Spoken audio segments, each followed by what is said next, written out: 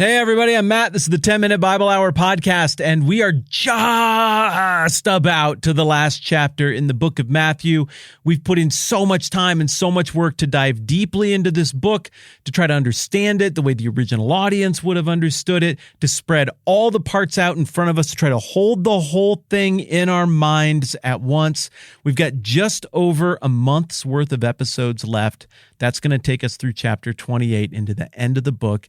And then, as you know, on January 2nd, we are starting the new series where we go through the entire Bible, one book per day, until we're done, trying to spread the whole thing out on the table and understand better how it all fits together. So with that in mind, I'm going to have Jeff play some music, and then we're going to pick up right where we left off yesterday, looking at how Matthew has set up the whole story to pay it all off in Matthew chapter 28.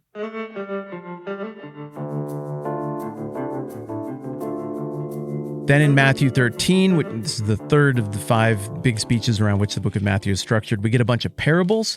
One that really stands out here is the famous parable of the sower, in which Jesus effectively answers the question, like, why isn't everybody signing up for this thing automatically? Well, it turns out 3 of the 4 types of soil, that's a metaphor for the soul, the heart, the ears of the recipient who hears the message of the kingdom. 3 of the 4 types of the soil aren't going to be long-term receptive to the values of the kingdom. So Jesus is tempering expectations. And he also covers a bunch of other things in these parables about how the kingdom is going to grow and how that might be a little bit sneaky and people might not notice it right at first. John the Baptist gets killed by Herod in chapter 14. We're turning up the heat now on Jesus. Like, actual blood is being shed over this stuff. Jesus gets in a place where he would like to step away and reflect on this, but the circumstances of the disciples' decision-making and the needs of the people bring him right back into the fray. And tirelessly, Jesus meets the needs of people in the interest of showing them the values of the kingdom. But the Pharisees, they don't care about these beautiful miracles and the provision of the king.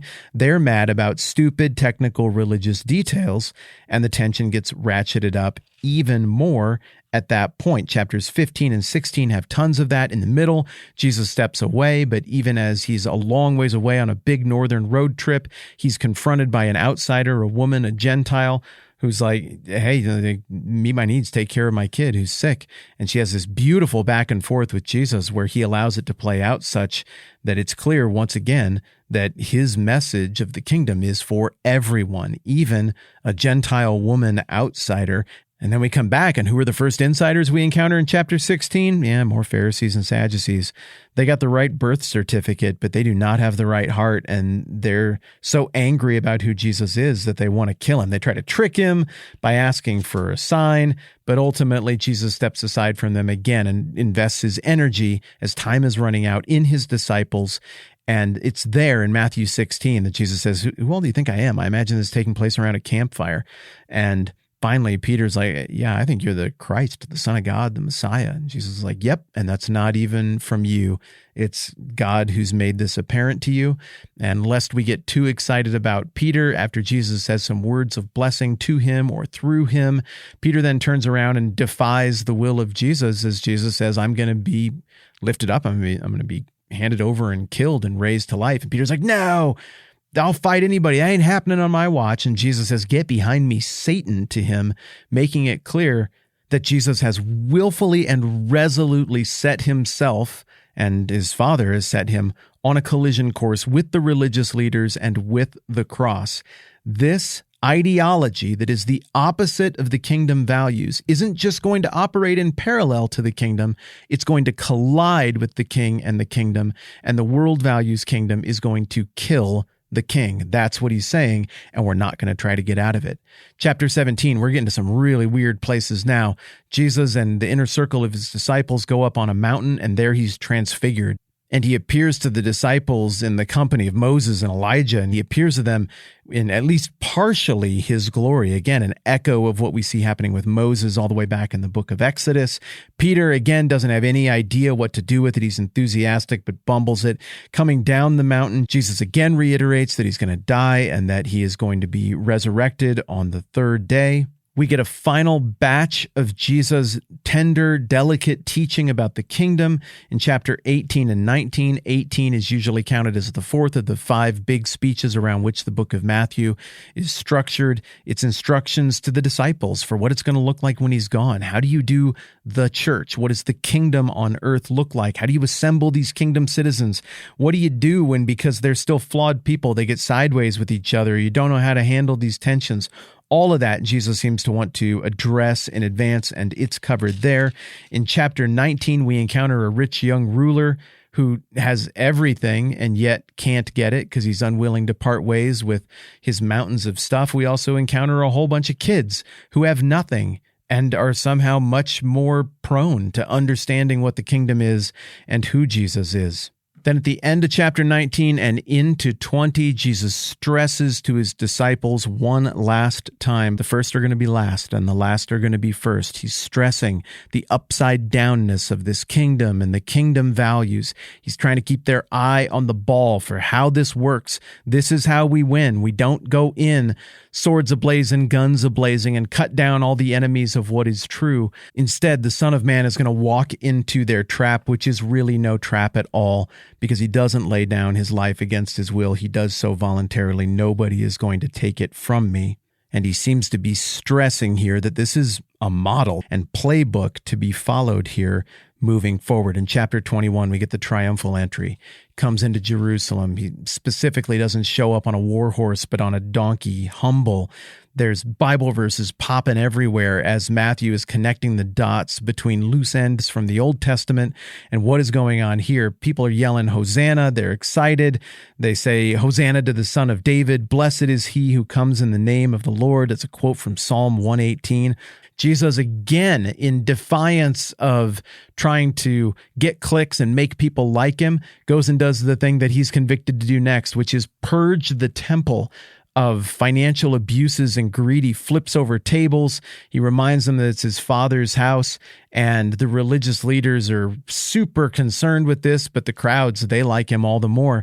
And the kids of the city, again, the ones who don't have anything, the last, the meek, they're all yelling again, Hosanna to the Son of David. And the religious leaders are like, hey, Jesus, make those kids shut up. That's not anything that should be said except for about a Messiah, paraphrases mine. And Jesus replies, yeah, have you never read from the lips of children and infants, you have ordained praise, a reference to Psalm 8?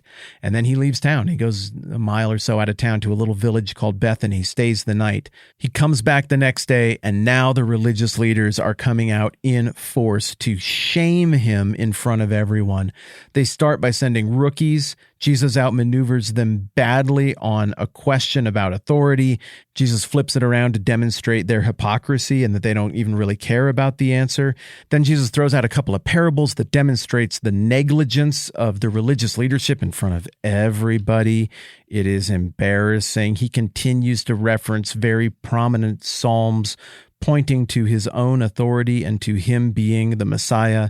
He is also pointing out that their time is coming to an end. They didn't do what they were supposed to do as religious leaders, and that role, that inheritance of mediator, is going to be stripped from them and given to someone else. Then the Sadducees show up. Very strange bedfellows for the Sadducees and Pharisees to be working together on any bipartisan project was very rare at this point. The Sadducees don't even believe in resurrection, so they're going to go after Jesus about the resurrection stuff. They ask him a trick question. Jesus outmaneuvers it grandly and points out that the notion of resurrection and eternal life is baked into the Old Testament scriptures that they claim to be experts in. Then, interestingly, Jesus has one last intimate, fair-minded conversation with some prominent leaders, and it seems like he might even be getting through a little bit. It looks like he even goes back over to them as a group in public and points out another very prominent reference from Psalm 110 and was like, hey, guys, reason this thing through with me. Look, this is right. Paraphrase is very much mine, but ultimately it looks as though the Pharisees see it. They know he's got a point, but they're just painted too far into the corner. And then in chapter 23, the ship sails. Jesus issues a chapter-long excoriation of the religious leadership, absolutely dressing down all of their falsehood, leaving them exposed and bare. in front of all of their sycophantic followers, talking to them in a way no one would dare to talk to them. And ultimately, he proclaims that they are guilty of all the blood of all of the prophets who've come before. Finally, Jesus makes a remark saying in Matthew 23:37, "Oh, Jerusalem, Jerusalem, you kill the prophets and stone those who sent you. How often I've longed to gather your children together as a hen gathers her chicks under her wings, but you weren't willing. Look, your house is left to you desolate. For I tell you, you will not see me again until you say, 'Blessed is he who comes in the name of the Lord,'" which interestingly is the first thing people were saying in chapter 21 when Jesus came into town riding on that donkey. In chapter 24, we get the last big speech around which the book of Matthew is structured. This is the one where on the Mount of Olives, Jesus breaks down how things are going to unfold. And he makes it clear that a lot of stuff is just going to happen. And it's just the world kingdom tremoring and shaking and doing world kingdom stuff. He's telling his disciples that these things are not the sign of his coming, his return that he just got done promising there at the end of chapter 23. Then Jesus goes on to say, all right, then there's going to be this stuff. Now, if you see this stuff going on, take some precautions because now we're getting somewhere.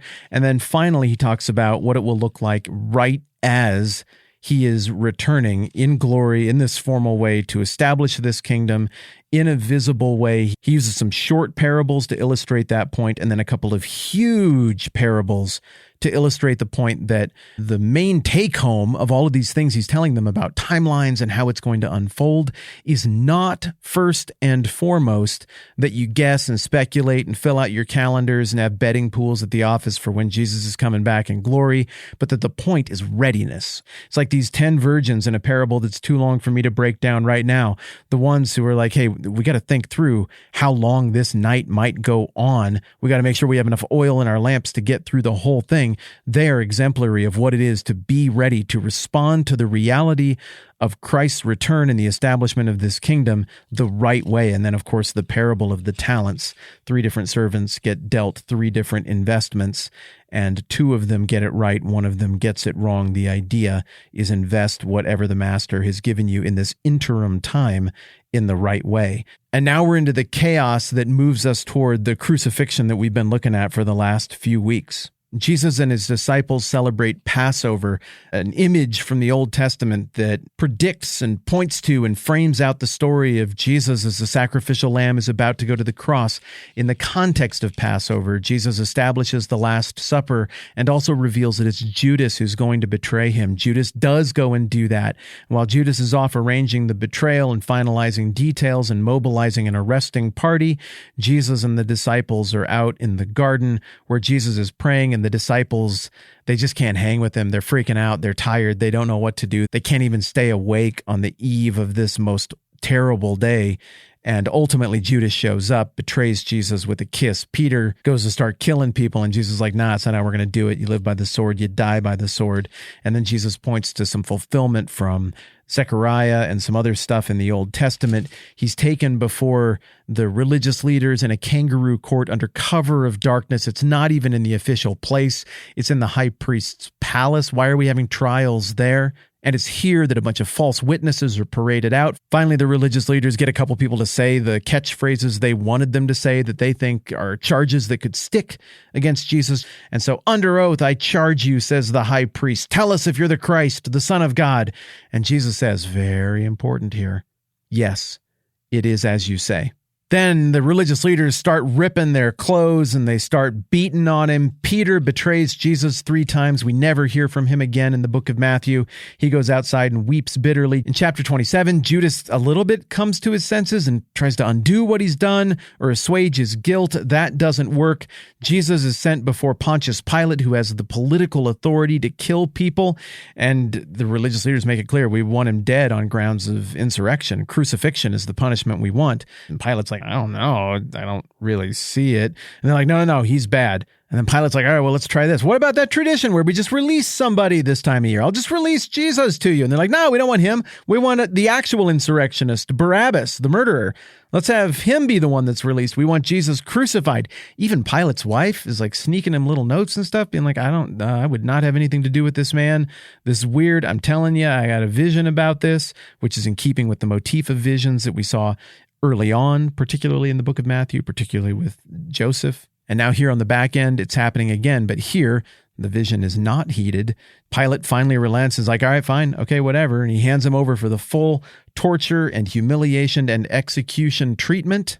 He says he's innocent of this man's blood, and all the people answer, that's fine, let his blood be on us and our children, we're taking it. That's what they're saying. So there again, we're getting an echo of something we see in the early part of the text with that idea of an ethnic inheritance and this new family of faith that goes beyond the boundaries of just what is ethnic. And then we go through the paces of the crucifixion. Jesus is mocked, he's beaten, he's abused, he can't even carry his own cross. Some guy from Africa named Simon gets roped in to carry the cross.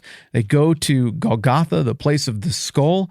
Jesus cries out in a loud voice, my God, why have you forsaken me?" The people who are there are confused as to what's going on. Is he calling out to Elijah? But the confusion thins out when Jesus cried out in a loud voice and gives up his spirit. And in that moment, the curtain of the temple is torn in two, representing the thing that separates God from man being torn in two. Jesus is going to be the thing that bridges that gap. The tombs broke open and the bodies of many holy people who had died were raised back to life, demonstrating that Jesus is also going to defeat death. And theoretically neutral or even skeptical onlookers like the centurion and the people who helped kill Jesus, they look at everything that's going on. They're like, dang, this guy was the Son of God. The on-paper reliable witnesses from Jesus' trial proved to be unreliable. The on-paper not reliable witnesses here proved to be reliable, including the women who faithfully go to the tomb. They're all there, watching the whole thing. Joseph of Arimathea comes along, pleads for the body. Pilate's like, yeah, sure, great, whatever, I'm just done with this. Joseph of Arimathea, and we find out from the book of John, Nicodemus, two members of the Sanhedrin who were responsible for killing Jesus. These two guys weren't in on it. They wrap him up, they honor him, they bury him properly in a tomb nobody had ever been in. All of this has fulfillment echoes from the Old Testament as well. But the religious leaders come up the next day and they're like, hey, somebody's going to try and pull some kind of resurrection scam here. Pilate, we need a guard at that tomb to make sure nobody gets deceived. Pilate's like, I'm done with it. Fine, whatever, just great, do it. Go make it as secure as you want. They seal the tomb, they lock it down. The deck is stacked in every imaginable way against this one in a gajillion long shot that this guy is going to come back to life. If he does come back to life, everything about everything has changed. If he doesn't, this was a lovely story. Now we're ready for Matthew chapter 28. I'm Matt. This is the 10-Minute Bible Hour podcast. Let's do this again soon.